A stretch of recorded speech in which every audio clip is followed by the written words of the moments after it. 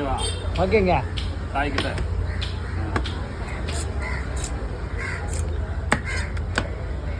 அவர் பாறை வெட்டுறாரு, தோல் பாறை. கேளல் பாறை இது, தோல் பாறை. கேளல் பாறை. தோலை உரிச்சி அந்த பீஸ் பாருங்க எப்படி இருக்குது பாருங்க. அதுவா வந்துருங்களா?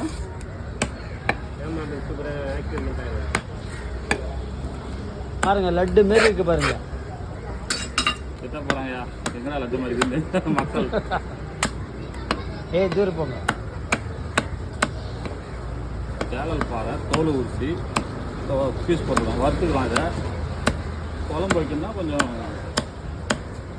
மசாலா போட்டு குழம்பு வைக்கணும். நல்லா வறுக்கிறது தான் பெஸ்ட்டு குழம்போட. இந்த பாறை இருக்குதா மகேஷ்? ஓகே.